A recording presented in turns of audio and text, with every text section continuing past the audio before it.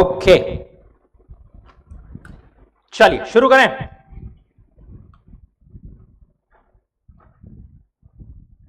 Good evening, कैसे हैं सब? हाँ ना, not applicable. Online guys quickly confirm करेंगे आवाज screen is all fine.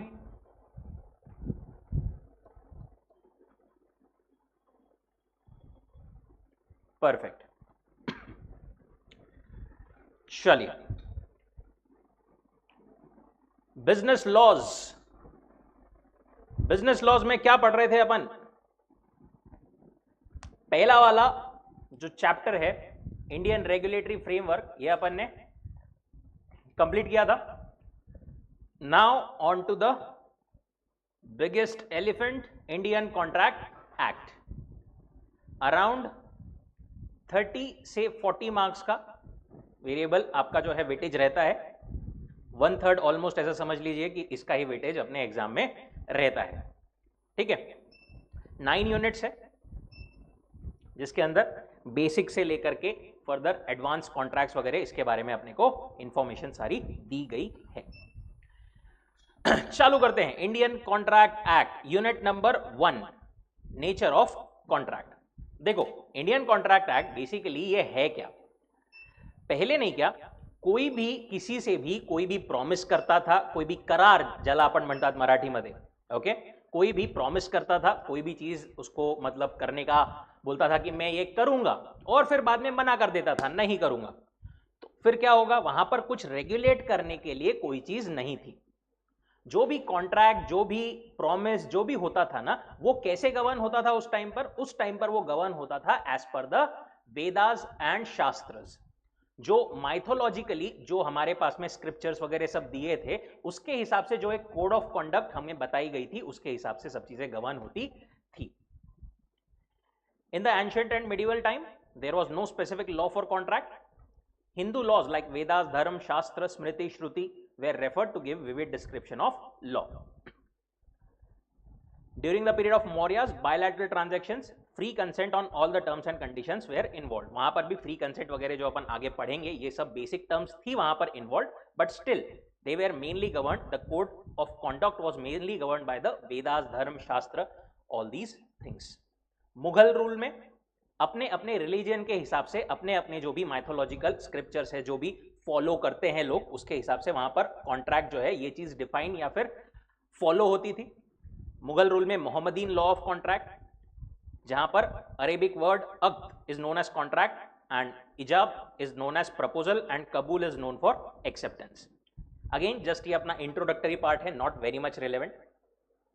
According to Narad Smriti, as up to 8 years is considered infant, 8 से 16 boyhood, and after 16 a person is competent to enter into contract. ये पहले के हिसाब से, बट अभी जो है that is obviously different in the modern world. उसके बाद में ब्रिटिश पीरियड आया। ब्रिटिश पीरियड में क्या हुआ? Before the Indian contract act, English law जो था ना, that was applied in presidency town of Madras, Bombay and Calcutta. ठीक है, देखिए जो भी बिजनेस वगैरह होता था ना, वो मेनली इन जगहों पर होता था, मद्रास, बॉम्बे एंड कैलकाटा, पहले के टाइम पर ब्रिटिश रूल में, और बाकी जगह इतना सब नहीं था। उस टाइम पर इंग्लिश लॉ जो है वो फॉलो होता था, issued by King George to the East India Company. अगर कोई पार्टी अगर एक रिलीजन से है एंड दूसरा पर्सन दूसरे रिलीजन से है, अपन ने बोला कि रिलीजन फॉलो होता था, एक पर्सन एक रिलीजन से, दूसरा दूसरे रिलीजन से, तो किसका लॉ फॉलो होगा? वहां पर generally law of the defendant was used. जो डिफेंडेंट है उसका लॉ जो है वो यूज होता था। ऐसे ही बहुत सारे और भी प्रॉब्लम्स थे, कोई एक स्पेसिफिक रेगुलेशन नहीं था रेगुलेट करने के लिए, एंड इसीलिए there was a much need of introduction of a certain law जो कि पूरे कॉन्ट्रैक्ट्स को कवर करे, गवर्न करे। So came the Indian contract act. Most important और मोस्ट बेसिक जो अपन बोल सकते हैं एक पूरे बिजनेस का basic law is Indian contract act. Most important branch of mercantile और commercial law, affects trade, commerce, industry. It is the very foundation of the civilised world. कब आया था ये? It was formed on April 25, 1872, came into force on September 1, 1872। क्या बोलता है act का preamble? कोई भी एक्ट में प्रिम्बल जो है बेसिकली वो क्या बताता है कि वो एक्ट का पर्पस क्या है, क्यों बनाया गया है वो act. to define and amend certain parts of the law relating to contract. Again, it is applicable to whole of India, including the state of Jammu and Kashmir, after removal of Article 370. 370 article remove होने के पहले ऐसा बोला जाता था, मतलब ऐसा अलग से लिखना पड़ता था, this applies to the whole of India including Jammu and Kashmir, अगर अप्लाई हो रहा है तो. But after removal of article 370 जो है, India already includes Jammu and Kashmir. इसमें general principles and basic rules है in the first part section 1 to section 75, and उसके बाद में सेकंड पार्ट में 124 से 238 सेक्शन में स्पेशल काइंड ऑफ कॉन्ट्रैक्ट जैसे indemnity, guarantee, bailment, pledge, agency, ये सब जो है कवर्ड रहता है. जैसे जैसे बिजनेस इंक्रीज हो रहा था, there were innumerable contracts that were being entered, इसीलिए कॉन्ट्रैक्ट जो है, कॉन्ट्रैक्ट एक्ट वो लाया गया. Contract is the most usual method of defining rights and duties. Contract होता क्या है, एकदम बेसिक शब्दों में बोले तो, दो पार्टीज ने आपस में कुछ भी प्रॉमिस किया एक दूसरे को, हम ये करेंगे, तो उसमें कैसे क्या होगा, किसकी क्या राइट्स है, किसकी क्या ड्यूटीज है, कब क्या कैसे क्या होने वाला है, सब उसमें मेंशन किया जाता है. अब ये जो लॉ है ना अपना इंडियन कॉन्ट्रैक्ट एक्ट, ये बेसिकली कोई एकदम रिजिड लॉ नहीं है. ऐसा नहीं है कि इस चीज में इसी तरीके से होना चाहिए. ये बोलता है कि हम आपको थोड़ी बहुत छूट देते हैं, आप अपने हिसाब से भी टर्म्स वगैरह कर सकते हो, बट हम बेसिक प्रिंसिपल्स एंड गाइडलाइंस बताते हैं कि अगर आपने कुछ स्पेसिफिक नहीं किया अपने कॉन्ट्रैक्ट में तो इस हिसाब से होगा, या फिर ओवरऑल भी जनरल प्रिंसिपल्स हम बताते हैं कि कौन से कॉन्ट्रैक्ट में कैसे कैसे क्या चीजें होनी चाहिए. पहले यूनिट में अपन जो बेसिक्स है कॉन्ट्रैक्ट के वो सब कवर करने वाले हैं.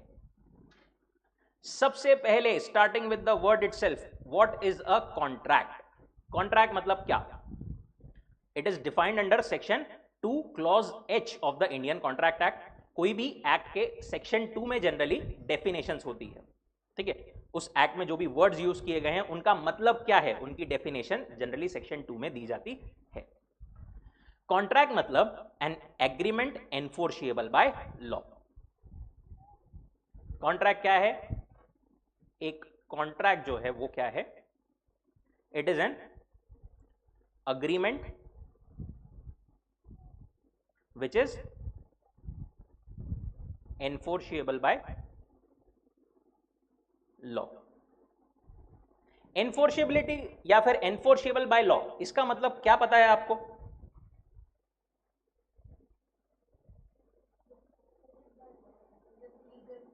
which is legal or accepted by law. जिस चीज को अपन लॉ के मदद से एनफोर्स करवा सकते हैं, लागू करवा सकते हैं, कंपलसरी करवा सकते हैं, right, that is simply enforceable by law.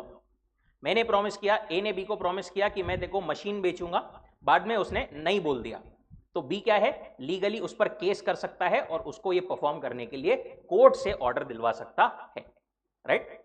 This is called enforceability और एनफोर्सेबल बाय लॉ.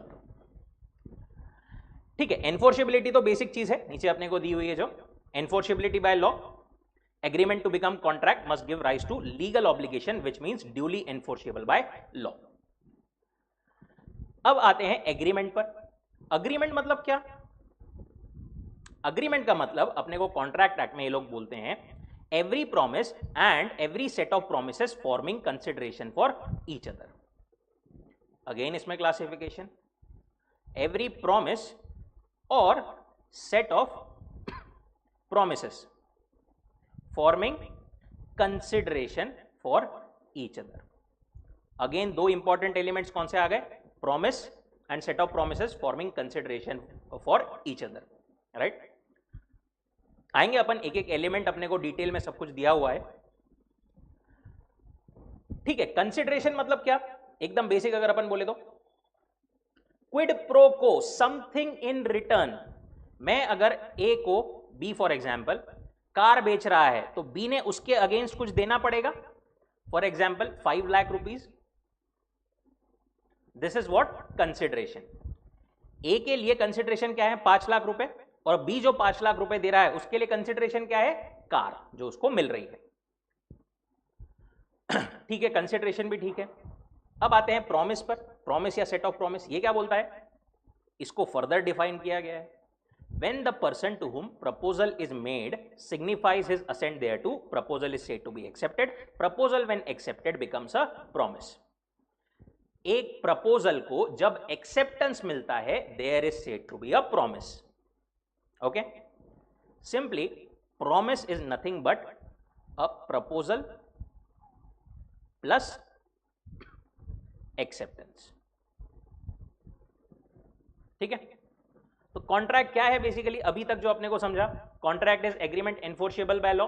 एग्रीमेंट क्या है, प्रॉमिस और set of promises forming consideration for each other, और फर्दर डिवीजन काय में है, प्रॉमिस या सेट ऑफ प्रॉमिस, उसमें proposal plus acceptance becomes a promise. Okay, यहां तक सब क्लियर है. फॉलोइंग पॉइंट्स इमर्ज, वही ऊपर वाले पॉइंट्स अगेन रिपीट किए उन्होंने. When the person to whom proposal is made signifies assent, the proposal have been accepted. एक पार्टी ऑब्वियसली प्रपोजल करता है, सामने वाली पार्टी जो है उसको एक्सेप्टेंस करती है फॉर अ म्यूचुअल कंसिडरेशन. तो अग्रीमेंट अगर अपन बोले, यहां पर अग्रीमेंट कौन सी चीजों से मिलकर बनता है,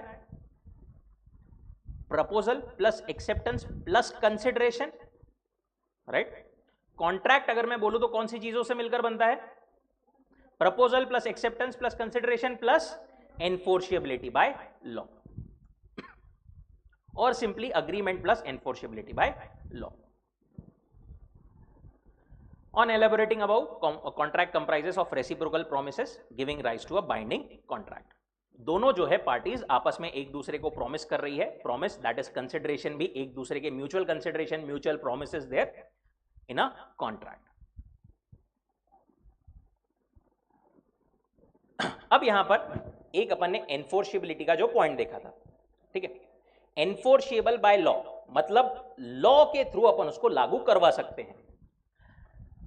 अब जो कॉन्ट्रैक्ट है ना, या मैं बोलूं अग्रीमेंट, एक होता है जो कि एनफोर्सेबल है, दूसरे होते हैं सोशल अग्रीमेंट्स. ठीक है, जो एनफोर्सेबल है वो they give rise to legal obligations, but social agreements doesn't give rise to a legal obligation. A ने बी को मशीन बेचा, बाद में बी ने पैसे नहीं दिया या फिर बी ने कुछ और प्रॉब्लम कर दी, तो ए उस पर केस कर सकता है, एनफोर्स कर सकता है, right. This is a enforceable legal obligation, legal agreement. मैंने आपके साथ में कॉन्ट्रैक्ट किया, आपने मेरे साथ में किया कि आप रोज क्लास आओगे, आपने बीच में 1-2 दिन मिस कर दिए, तो क्या मैं आप पर केस कर सकता हूं? Will it result in something? This is what a social agreement. Same example, father ने प्रॉमिस किया अपने सन को कि मैं तेरे को हर महीने क्या दूंगा, 500 रुपीज पॉकेट मनी दूंगा. अगर फादर ने वो पॉकेट मनी नहीं दी तो क्या बेटा उस पे केस, उन पे केस कर सकता है? नहीं कर सकता. Again this is what a social agreement. Social agreements do not form contracts. Okay, law of contract deals only with such legal obligation which are contractual in nature. Again legal obligation या फिर legal agreements ही contract बन सकते हैं, but again इसमें भी नहीं, क्या जो लीगल ऑब्लिगेशन कॉन्ट्रैक्चुअल होते हैं नेचर में, वो ही सिर्फ कॉन्ट्रैक्ट बोले जाते हैं. अगर कोई कोर्ट का ऑर्डर है, जैसे एग्जांपल दिया है, an obligation to maintain wife and children, A और बी इनका डाइवोर्स हो गया, कोर्ट ने ए को ऑर्डर दिया कि भाई तेको जो है अपने बीवी और बच्चे को मेंटेन करने के लिए कुछ हर महीने पेमेंट या पैसे जो है देना पड़ेगा. अब यहां पर जो है ए और बी के बीच में कोई कॉन्ट्रैक्ट नहीं है, it is an order that is given by the court, right. इसी बेसिस पर अग्रीमेंट और कॉन्ट्रैक्ट के बीच में अपने को डिफरेंशिएशन दिया है. अग्रीमेंट क्या है? Every promise, every set of promise forming consideration, again definition. Contract क्या है? Agreement enforceable by law. Wider term क्या है, अग्रीमेंट या कॉन्ट्रैक्ट? क्या देखो यहां पर वो वाइडर सेंस, नैरोअर सेंस किस सेंस में बोल रहे हैं? कॉन्ट्रैक्ट में जो है सिर्फ लीगली एनफोर्सेबल अग्रीमेंट्स आते हैं, बट अग्रीमेंट जब अपन बोलते हैं उसमें लीगली एनफोर्सेबल भी आते हैं, सोशल अग्रीमेंट्स भी आते हैं. इस सेंस में agreement is a wider term and contract is a narrower term. Agreements जरूरी नहीं है कि लीगल ऑब्लिगेशन क्रिएट करें, सोशल अग्रीमेंट्स नहीं क्रिएट करते हैं लीगल ऑब्लिगेशन, बट जो कॉन्ट्रैक्ट होते हैं वो ऑब्वियसली लीगल ऑब्लिगेशन के थ्रू ही बनते हैं. एंड ये वाला लाइन, लास्ट वाला लाइन, ये इंपॉर्टेंट है. कभी कभी इस पे डायरेक्ट ऐसा लाइन देकर के क्वेश्चन भी आ जाता है, all agreements are not contracts but all contracts are agreements. यहां पर आपको एक्सप्लेन करना पड़ेगा, there are two different types of agreement, social and legal, and social agreements do not form contract. इसीलिए all agreements are not contracts, social agreements are not contracts, but अगर अपन contract बोल रहे हैं तो दे आर अग्रीमेंट ऑलवेज.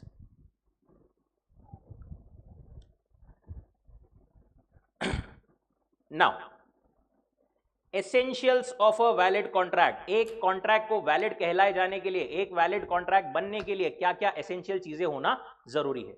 अब यहां पे फर्दर नहीं किया अपने को, दो क्लासिफिकेशन. एक है ऐसी एसेंशियल आइटम्स, ऐसी चीजें जो सेक्शन 10 में स्पेसिफिकली दी हुई है. एक है वो सारे चीजें, वो सारे पॉइंट जो कि स्पेसिफिकली दिए नहीं है बट अपने को एनालिसिस से समझ में आते हैं कि ये चीजें भी जरूरी है.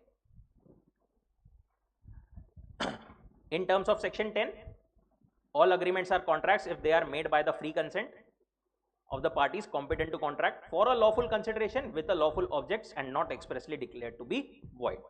आएंगे इस पे अपन एक एक एलिमेंट पर, एक एक पॉइंट पर. पहले अपन वो वाले सारे एलिमेंट्स देखते हैं जो कि सेक्शन 10 में नहीं बोला है specifically but still they are required. सबसे पहली चीज क्या है, दो पार्टीज, एक पर्सन खुद के साथ में कॉन्ट्रैक्ट नहीं कर सकता. Obviously one can not contract with himself. One party making and the other party accepting the offer.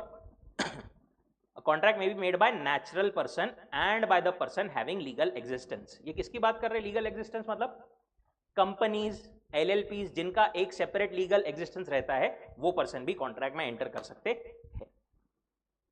बस आइडेंटिटी जो है पार्टीज की वो क्या चाहिए आपकी, असर्टेनेबल होनी चाहिए.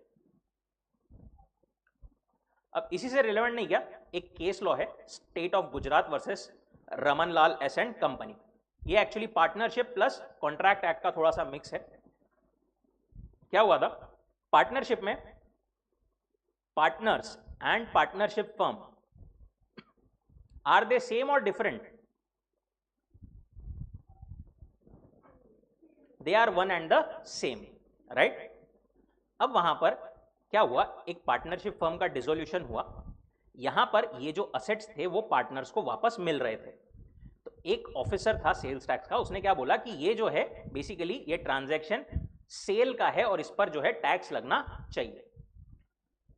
ये मैटर कोर्ट में गया, कोर्ट में जाकर के डिसाइड हुआ कि नहीं, partners and partnership firm are one and the same and one person can not contract with himself, तो there is no contract of sale in between them. कोई टैक्सेशन वहां पर नहीं आएगा.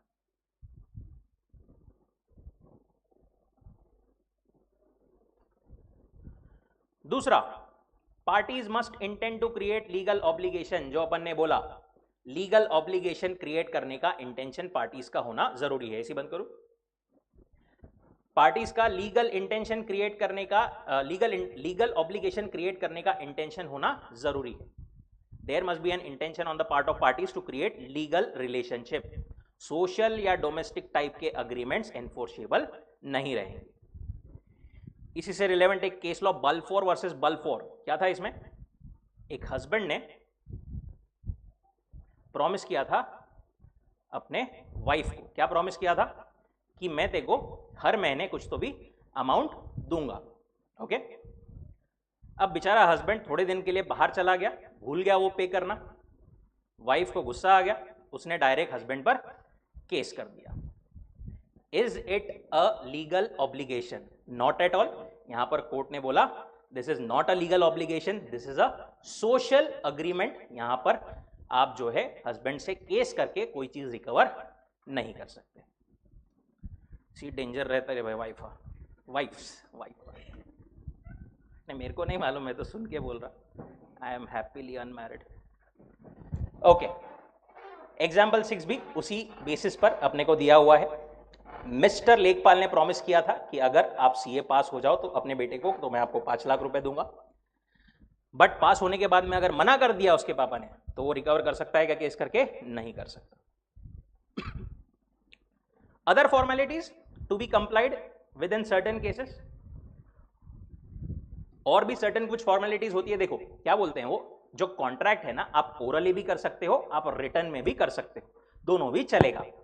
बट आपने ओरली कॉन्ट्रैक्ट किया, बाद में एक पार्टी मुकर गई, कैसे प्रूव करोगे आप?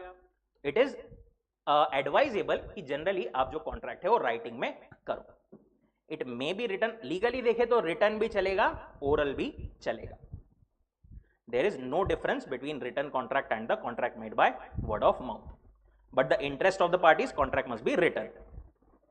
अब कुछ कुछ कॉन्ट्रैक्ट्स नहीं क्या ऐसे होते हैं जहां पर लॉ, कॉन्ट्रैक्ट एक्ट नहीं बोलता है बट और कोई लॉ बोलता है कि आपको ये वाले कॉन्ट्रैक्ट तो नहीं क्या रिटर्न में ही करना पड़ेगा।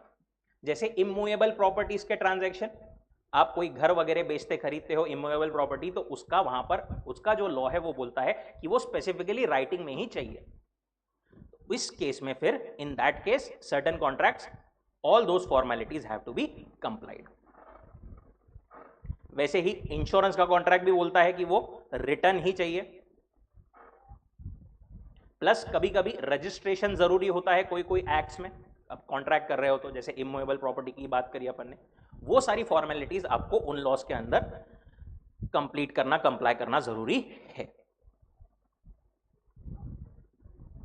Thus, where there is statutory requirement that any contract may be in writing or in presence of witness, documents must be complied with. Then certainty of meaning, agreement या फिर contract जो आप कर रहे हो वो certain होना चाहिए। vague या infinite या indefinite जो अपन बोलते हैं वो नहीं होना चाहिए। मीनिंग certain होना चाहिए, एकदम क्लियर जो है आपका अग्रीमेंट कॉन्ट्रैक्ट जो है वो होना चाहिए। मतलब ए ने बी के साथ में कॉन्ट्रैक्ट किया कि मैं तेरे को तेल बेचूंगा। कौन सा तेल? खाने का तेल, बाल में लगाने का तेल। कौन सा तेल? बादाम का तेल, सरसों का तेल। वो सर्टेन नहीं था, क्लियर नहीं था, तो this is not a valid contract. Again XYZ for example, A ने बोला बी को कि मैं तेरे को इनफाइनाइट पीरियड के लिए लीज पर ये चीज, ये घर देता हूं। ठीक है, अगेन वहां पर इनफाइनाइट पीरियड ये भी सर्टेन नहीं है, इसलिए वो भी कॉन्ट्रैक्ट जो है वैलिड नहीं है। इसलिए लीज वगैरह भी जो रहती है ना, उसमें आप ने मतलब सुना वगैरह होगा 99 ईयर्स वगैरह ऐसा मेंशन किया हुआ रहता है, अगर लाइफ टाइम की भी रही तो। Then possibility of performance of agreement, possible रहना जरूरी है अग्रीमेंट को। आपने इम्पॉसिबल एक्ट के लिए अगर कोई भी प्रॉमिस कर दिया, भले ही उसको राइटिंग में किया, कुछ भी किया, कैसे भी किया, that is not a valid contract. The terms of agreement should be capable of performance.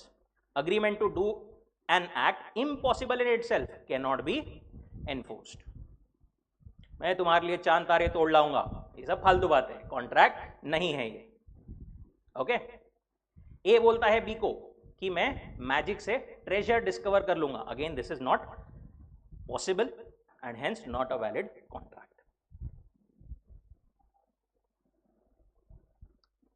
According to section 10, अब आते हैं सेक्शन 10 पर, जो सेक्शन 10 स्पेसिफिकली चीजें बोलता है कौन सी आपके कॉन्ट्रैक्ट में होनी चाहिए। सबसे पहले तो offer and acceptance, that is an agreement.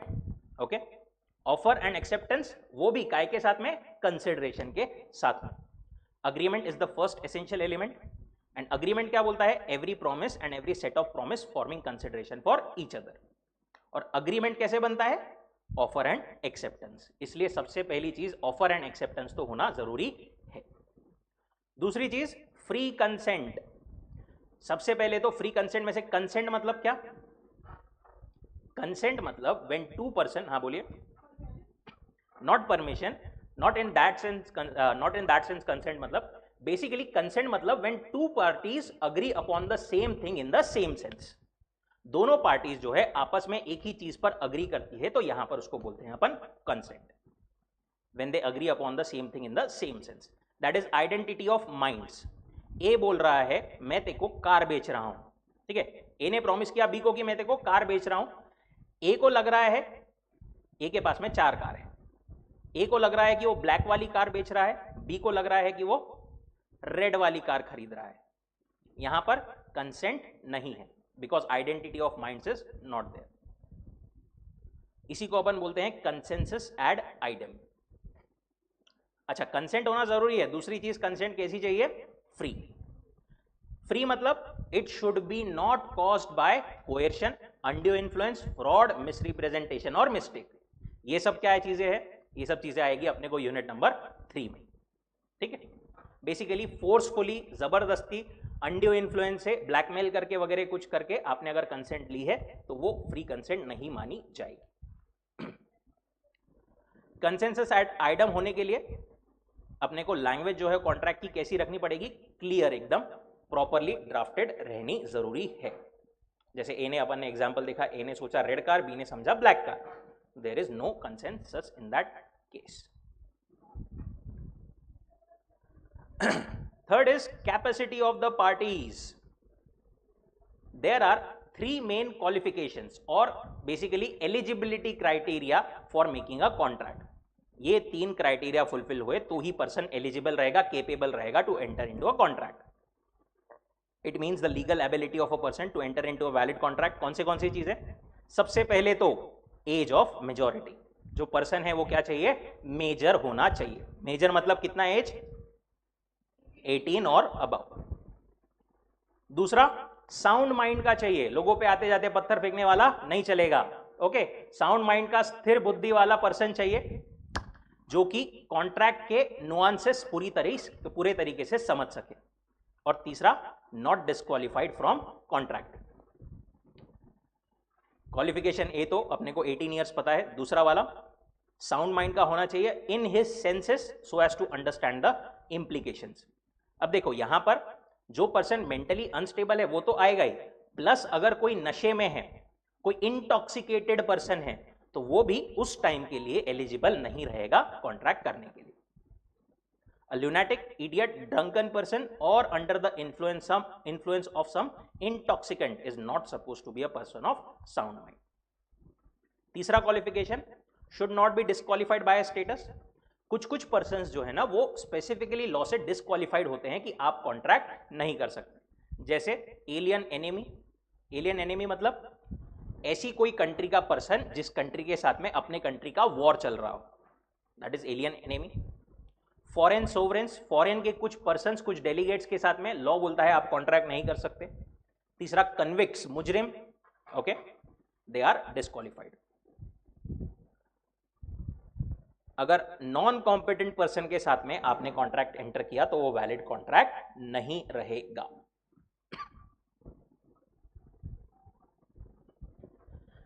Next important element is consideration.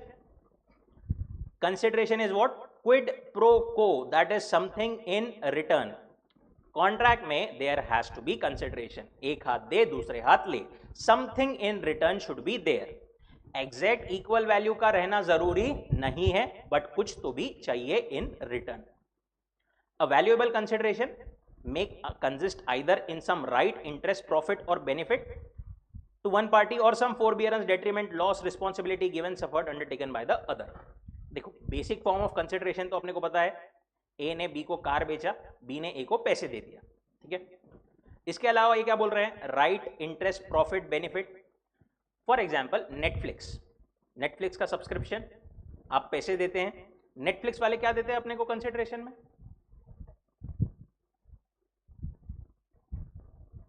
Valid contract तो नहीं है वो, देते हैं. क्या देते हैं वो? अपने को राइट देते हैं to access the content, right. So वो भी कंसिडरेशन आ गया. लॉस, रिस्पॉन्सिबिलिटी गिवन और सफर्ड. इंश्योरेंस, अपन उनको प्रीमियम देते हैं, वो लोग अपने को क्या देते हैं? सिक्योरिटी देते हैं, राइट. वो एक रिस्पॉन्सिबिलिटी लेते हैं, राइट. और एक मेन है फोरबियरेंस. इसका अपन एग्जाम्पल से देखते हैं, बहुत बार रेफरेंस आता है फोरबियरेंस का. फॉर एग्जाम्पल मेरा एक ब्रांड था सोडा, जीरा सोडा, एक बेवरेज है, उसका ब्रांड था. कोल्ड ड्रिंक का रिप्लेसमेंट. मस्त अच्छा लॉन्च किया, अच्छा चलने लग गया. मेरा प्लान था कि मैं इसको पुणे एंड मुंबई में बड़े स्केल पर लॉन्च कर दूं. ये चीज किसको ध्यान में आई? कोको कोला वालों को. उन्होंने क्या बोला? अगर इन्होंने अभी लॉन्च कर दिया तो हमारे जो प्रोडक्ट्स रखे हुए हैं मार्केट में वो नहीं बिकेंगे. एटलीस्ट थोड़ा टाइम मिले सो दैट हम आगे प्रोडक्शन कम ज्यादा कर लेंगे, कम मार्केट में प्रोडक्ट लाएंगे. तो ये लोग नहीं क्या मेरे पास में आए, मेरे को क्या बोले? बोले सर एक काम करो, आप 3 महीने के बाद में ये प्रोडक्ट लॉन्च करो, 3 महीने तक ये काम मत करो, ओके, हम आपको उसके बदले में 10 लाख रुपए देंगे. बोला ठीक है कोई बात नहीं. यहां पर मैंने जो किया, it is what? Act of forbearance. I have decided not to do something, right. That is act of फोरबियरेंस.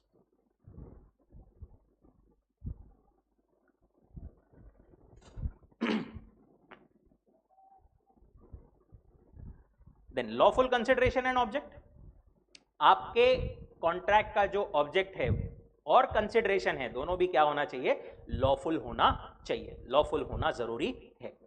The consideration as well as the object, आपका क्या कर रहे हो और कंसिडरेशन क्या है, दोनों भी मस्ट बी लॉफुल।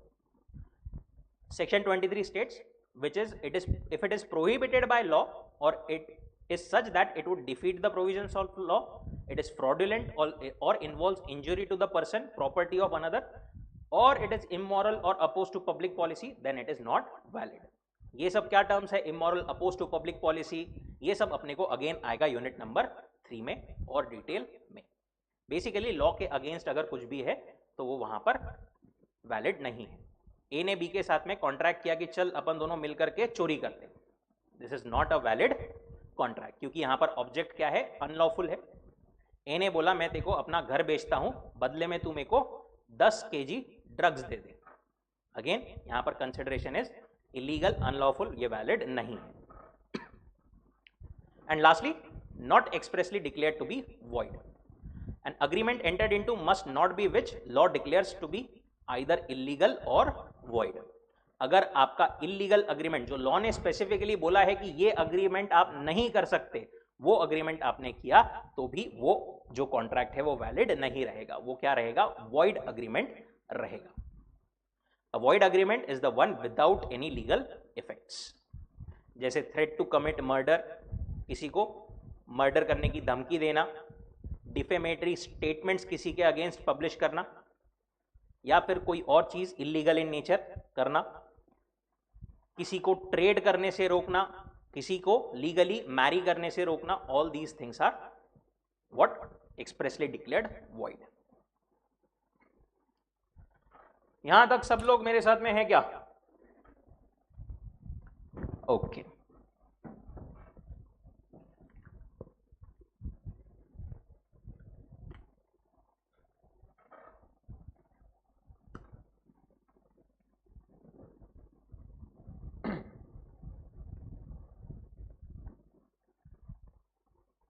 चलो इतने पे एक काम करते हैं, पहले बीच में ही एक क्वेश्चन देखते हैं।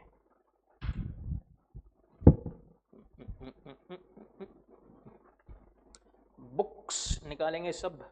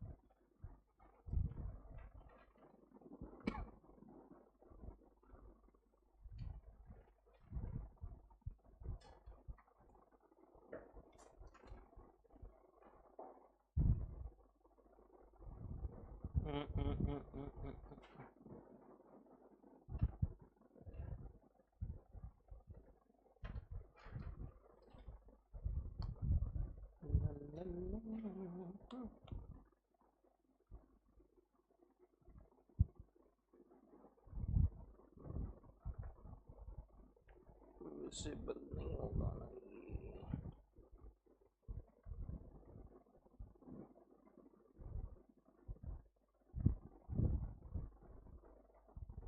Visible.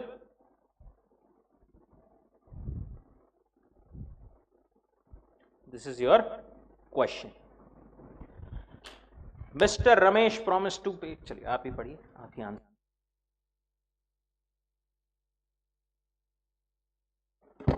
This is for 3 marks.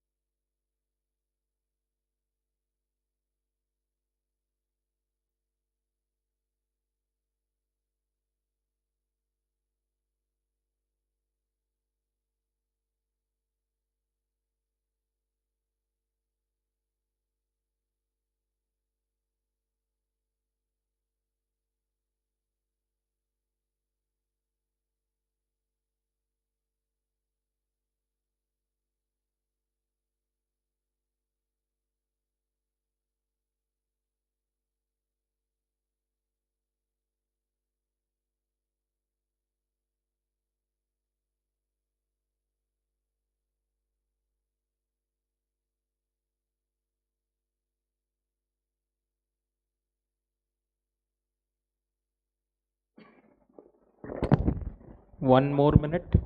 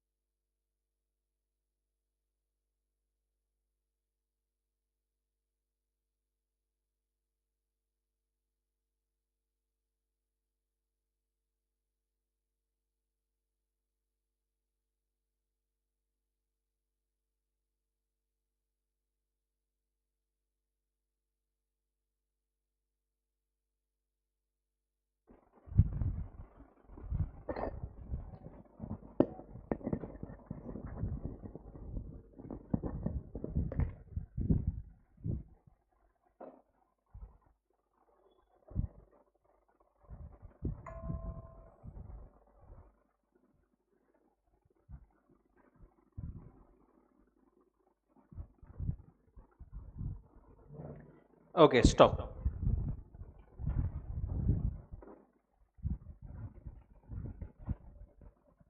Stop. Okay, okay.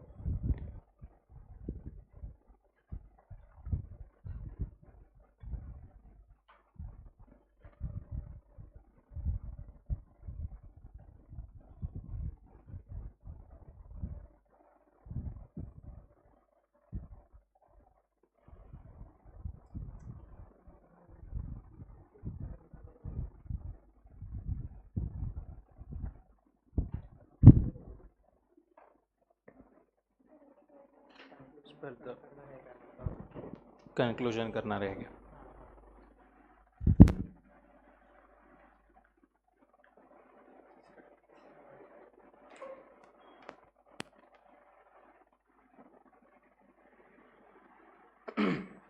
Legal intention है या नहीं है, मतलब वैलिड है या नहीं है, कंक्लूजन में क्या है?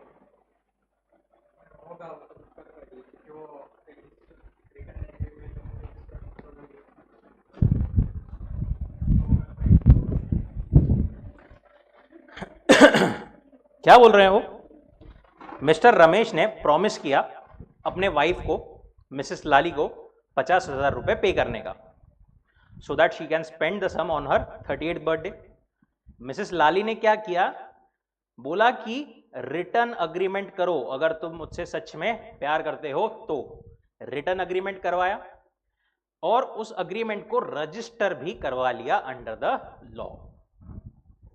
मिस्टर रमेश उसके बाद में failed to pay the specified amount to his wife Mrs Lali. Mrs Lali wants to file a suit against Mr Ramesh and recover the amount. क्या लगता है, रिकवर कर पाएगी या नहीं? वो रिकवर? ओके.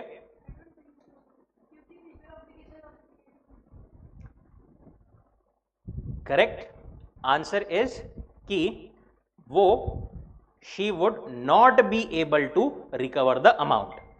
देखो, सोशल अग्रीमेंट जो भी है, आपने उसको रिटर्न में कर लिया, उसको रजिस्टर कर लिया, इट डजंट मैटर. अगर सोशल अग्रीमेंट्स है तो वो एनफोर्स नहीं किए जा सकते. ओके, सोशल अग्रीमेंट्स कोई भी हालत में एनफोर्स नहीं किए जा सकते. डाउट होगा तो अभी क्लियर करते हैं अपन. उसमें समझ में आया क्यों नहीं है वो? यस. अगेन आंसर उसका अपन देखें तो प्रोविजंस क्या रहेगी?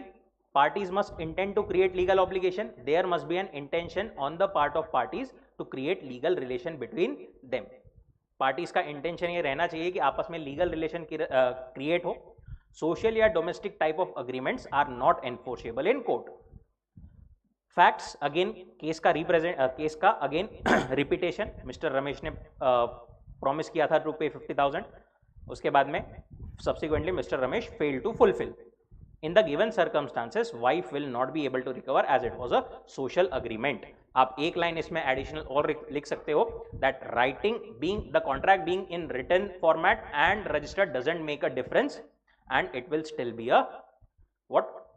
Social agreements and it would not be enforceable by law and she will not be able to recover the amount. ठीक है?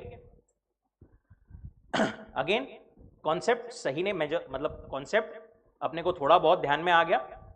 लैंग्वेज थोड़ी थोड़ी हल्की हल्की, मतलब फॉर्मेट अपन जैसा जैसा कॉन्शियसली फॉलो करते जाएंगे ना, ऐसे मल्टीपल आंसर्स देखते जाएंगे, वैसे वैसे इंप्रूवमेंट होता जाएगा।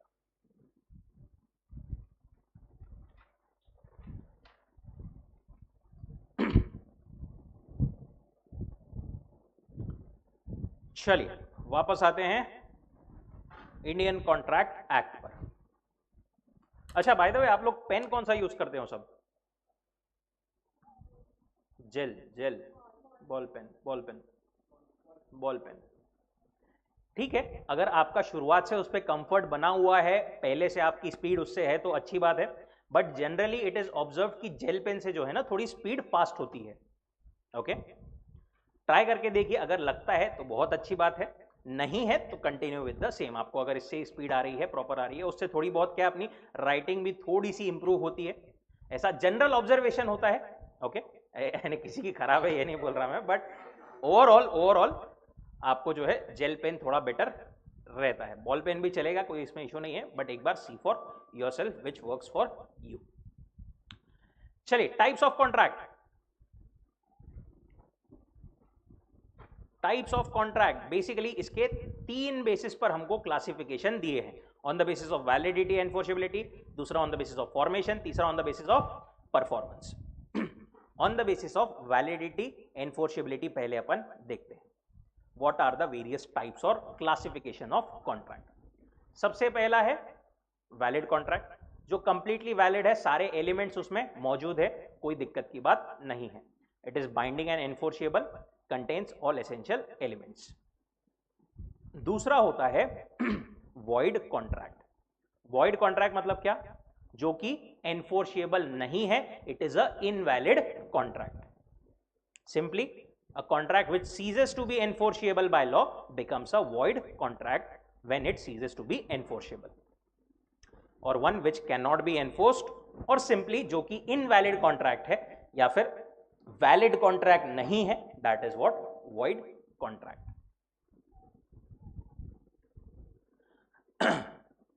अब देखो कॉन्ट्रैक्ट void कैसे हो सकता है? एक चीज हो सकती है इलीगैलिटी, अगर इलीगल ऑब्जेक्ट है, इलीगल कंसिडरेशन है, तो वो वैलिड नहीं है, वॉइड एग्रीमेंट है। सिर्फ एक मतलब वही कारण से वॉइड हो सकता है क्या? There are certain other things also, जैसे फॉर एग्जाम्पल आपने कॉन्ट्रैक्ट किया कोई चीज करने का, कॉन्ट्रैक्ट करने के बाद में वो चीज करना इम्पॉसिबल हो गया, इन that case also the contract becomes void, क्योंकि अब वो परफॉर्म नहीं हो सकता, राइट, तो इट बिकम्स वॉइड। आएंगे अपन इस पे भी डिटेल में। जैसे मिस्टर एक्स ने अग्री किया था to write a book, but उसके बाद में क्या हुआ, एक्स की दुर्भाग्यवश एक एक्सीडेंट में डेथ हो गई, इसके वजह से अब वो कॉन्ट्रैक्ट परफॉर्म हो सकता है क्या? नहीं हो सकता। Thus a valid contract when cannot be performed because of some uncalled parallel happening becomes void।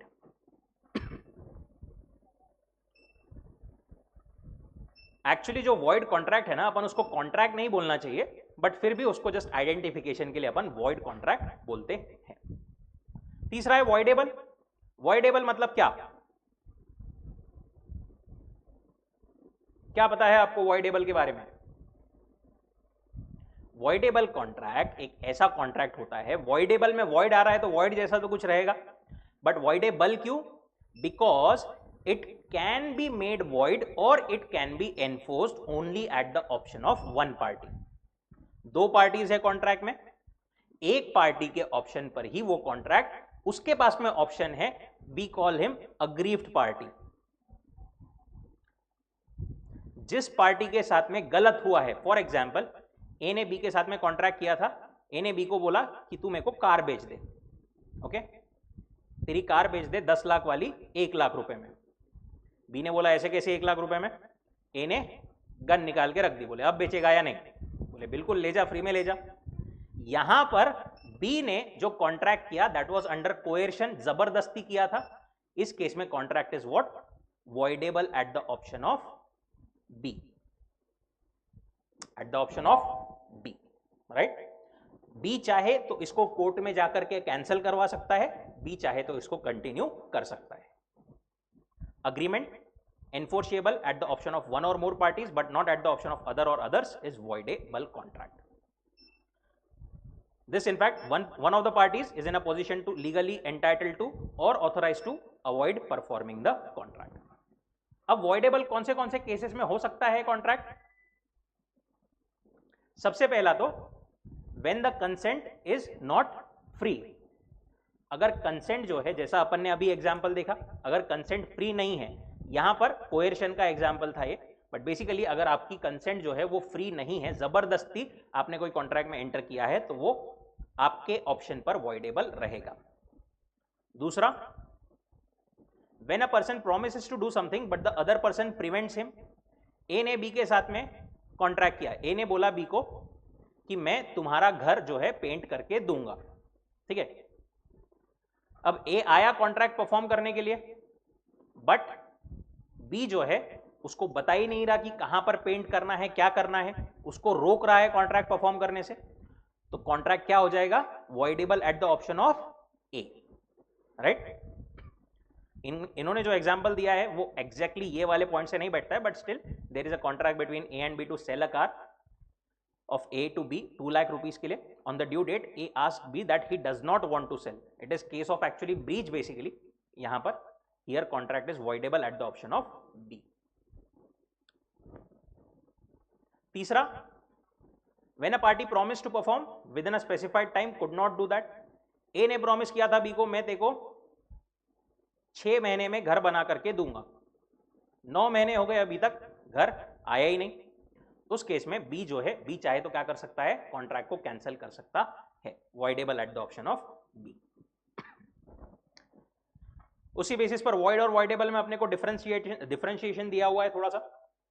Void contract क्या है? Which ceases to be enforceable by law, becomes void when it ceases to be enforceable. Voidable क्या है? Enforceable है but only at the option of one or more parties thereto. One or more क्यों लिखा हुआ है? कभी कभी हो सकता है मोर देन 2 पार्टीज रहे कॉन्ट्रैक्ट में, उस केस के लिए और मोर लिखा हुआ है. Enforceability, void contract cannot be enforced at all. Voidable can be enforced but only at the option of aggrieved party. void contract void क्यों होता है? मे be because it is illegal, या फिर हो सकता है कुछ लॉ वगैरह चेंज हो गया, कुछ इम्पॉसिबिलिटी हो गई जिसके कारण अब जो है वो नहीं परफॉर्म हो सकता, void हो गया है. voidable कब होगा? अपन ने ऊपर 3 केसेस देखे, उसमें से एक इन्होंने दिया है when if the consent of the party was not free. Performance, void contract perform ही नहीं हो सकता, परफॉर्म किया ही नहीं जा सकता कोई भी केस में. बट वॉइडेबल वाला जो है वो अग्रीव पार्टी अगर चाहे तो परफॉर्म करवा सकती है. If agreed party does not within reasonable time exercise right to avoid, any party can sue the other. यहां पर अब देखो ए और बी के ऑप्शन पर वॉइडेबल था, बट बी ने रीजनेबल टाइम तक कोई एक्शन नहीं लिया उसको कैंसिल करवाने का. अब जो है फिर वो वैलिड कॉन्ट्रैक्ट बन जाएगा, ए और बी कोई भी उसमें एनफोर्स उसको करवा सकता है. राइट्स, वॉइड कॉन्ट्रैक्ट में कोई पार्टी को कोई राइट्स नहीं मिलते, कॉन्ट्रैक्ट ही नहीं बनता एक्चुअली वहां पर. बट यहां पर वॉइडेबल में party whose consent was not free has the right to resign, that is right to cancel the contract. चौथा है illegal contract. Illegal contract same मतलब जो इलीगल है, सिंपली जो लॉ मना करता है आप ये चीज नहीं कर सकते, that is illegal contract. Which law forbids to be made? Law will not enforce such a contract but also connected contracts. देखो इलीगल कॉन्ट्रैक्ट्स के साथ में कनेक्टेड कॉन्ट्रैक्ट्स भी लॉ जो है उसको इलीगल मान करके अनएनफोर्सेबल बना देता है. ओके, उसको भी वॉइड जो है वो बना देता है. बात करेंगे अपन इस पे. ऑल इलीगल, ये again important line, all illegal agreements are void but all void agreements are not necessarily illegal. क्या बोल रहे हैं ये? क्या बोल रहे हैं और क्यों बोल रहे हैं?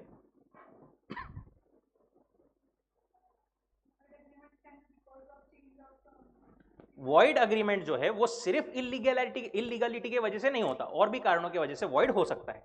बट अगर इलीगल है तो वो वॉइड तो रहेगा ही. एक्चुअली दोनों भी केसेस में वॉइड ही नहीं, इट वुड बी वॉइड एब इनिशियो. वॉइड और वॉइड एब इनिशियो में क्या फर्क है? वॉइड एब इनिशियो मतलब जब से वो बना, जब से ही वो क्या है? वॉइड है. It can not be enforced. Act has specified various factors due to which agreement can be void. One of these is unlawfulness of object and consideration, that is illegality of the contract which makes it void. Now void and illegal agreements में again अपने को थोड़ा सा differentiation दिया हुआ है. void मतलब क्या? जो कि void agreement is not necessarily illegal. void है मतलब illegal रहेगा, ये जरूरी है क्या? नहीं, बट illegal है तो void रहेगा ही. void agreement जरूरी नहीं कि लॉ ने मना किए हुए हैं, may be because of some impossibility भी हो सकता है, but illegal agreements are forbidden under law.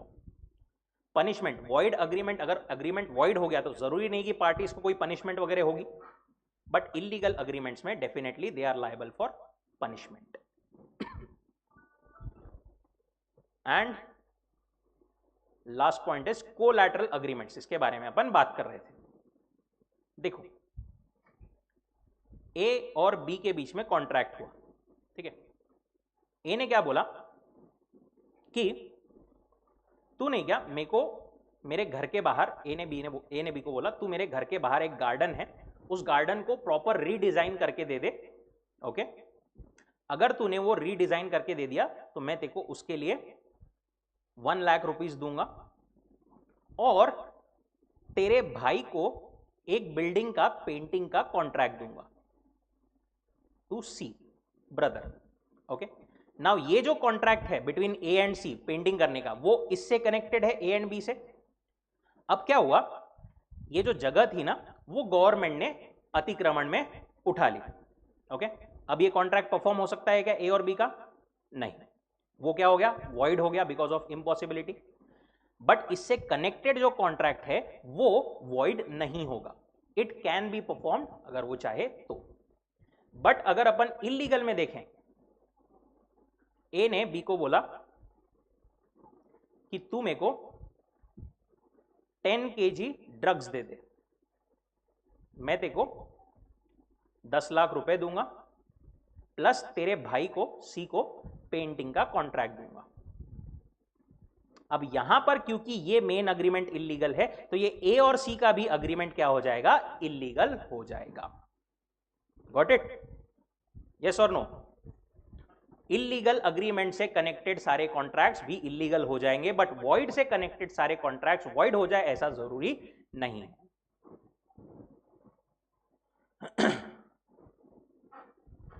Last is अनएनफोर्सिएबल contract. ये क्या बोलता है, एक ऐसा कॉन्ट्रैक्ट जो वैसे सही से बना था, कोई उसमें दिक्कत नहीं थी, बट कुछ तो भी टेक्निकल डिफेक्ट नहीं क्या आ गया उसमें. मे बी साइन जरूरी थी, वो साइन नहीं हुई है, या राइटिंग में होना चाहिए था और राइटिंग में नहीं है, जिसके वजह से अब वो क्या है, एनफोर्स नहीं किया जा सकता. It becomes unenforceable because of some technical defect like absence in writing, barred by limitation. Barred by limitation पता है क्या? इसका भी रेफरेंस अपने को बहुत जगह आएगा. देखो, ए ने बी को फॉर एग्जांपल पैसे दिया, लोन दिया, अभी के लिए अपन कंसिडर करते हैं 1 लाख रुपए का. लॉ क्या बोलता है कि ये ए की रिस्पॉन्सिबिलिटी है कि वो बी से ये पैसा 3 इयर्स के अंदर रिकवर कर ले. अगर ए ने कोई एक्शन नहीं लिया 3 इयर्स के अंदर तो वो फिर 3 साल के बाद में वो जो डेट है वो बार्ड हो जाती है. अब ए उसको रिकवर नहीं कर सकता because it is barred by the limitation law. Okay, similarly agreement to transfer immovable property should be written for being enforceable.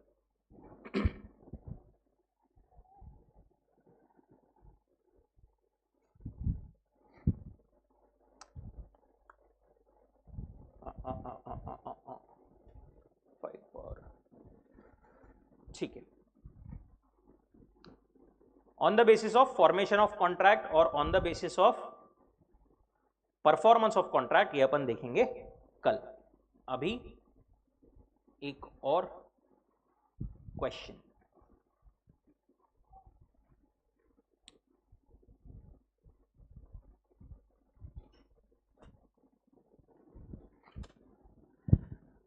पढ़ना सबको अच्छा लगता, लिखना सबको जान पे आता, बट वहीं पर majority loses their marks, loses their attempt.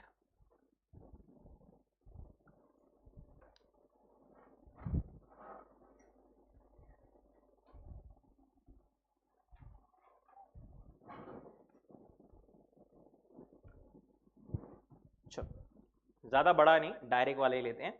State the difference between void and voidable contract.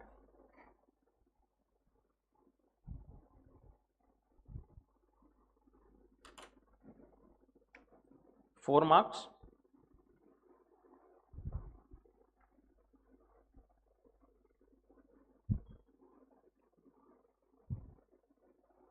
Time starts now.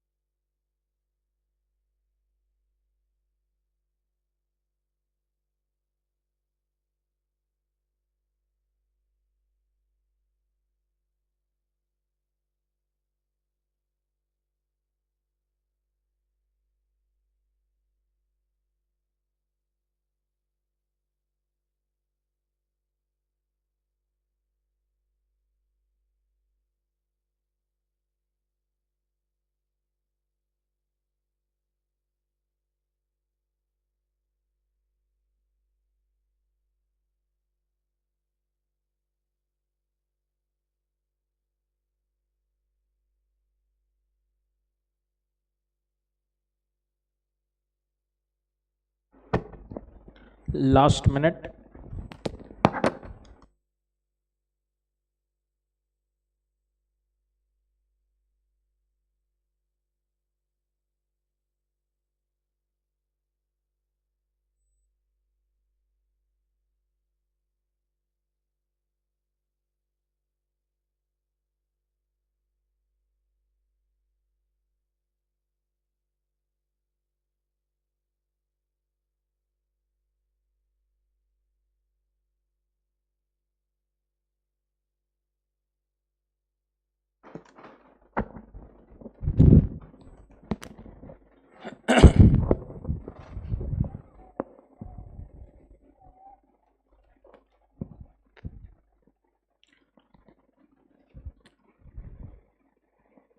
Okay, stop.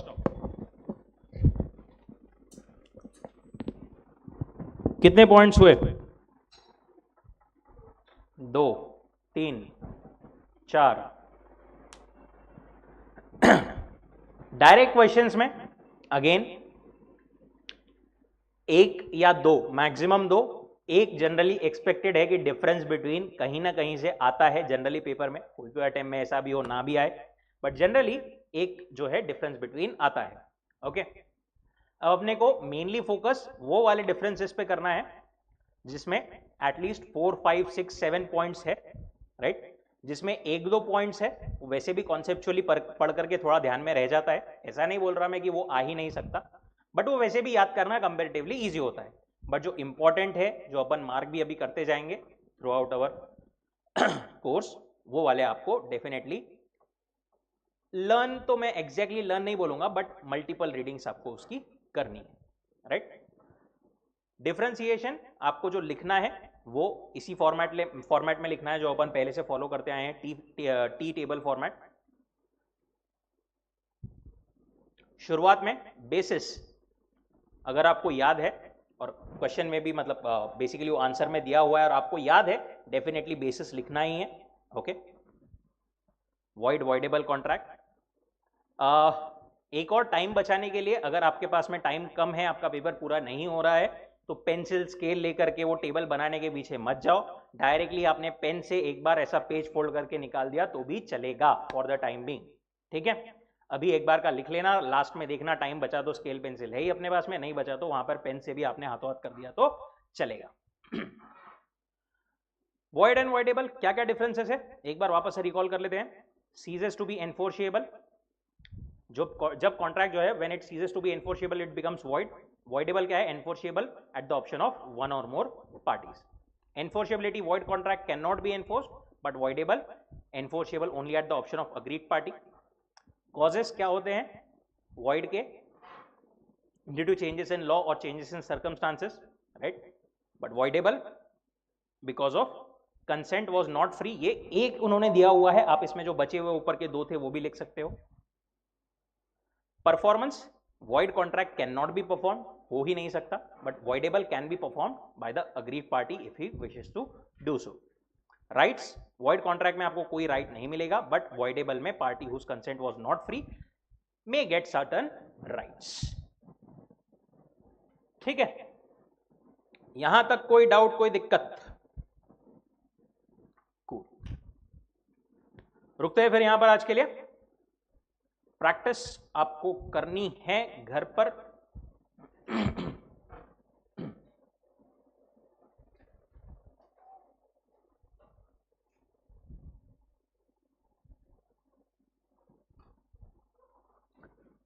Descriptive question जो आपके मॉड्यूल में दिया हुआ है, क्वेश्चन नंबर 1,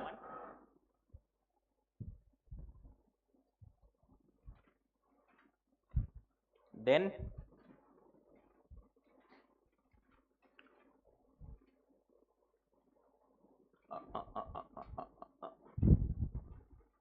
क्वेश्चन नंबर 1 ही कीजिए एक बार इसमें से, प्लस जो अपना टाइप्स ऑफ कॉन्ट्रैक्ट था जो अपन ने कौन सा किया, on the basis of validity and enforceability, ये दो डेफिनेटली आपको करना ही है।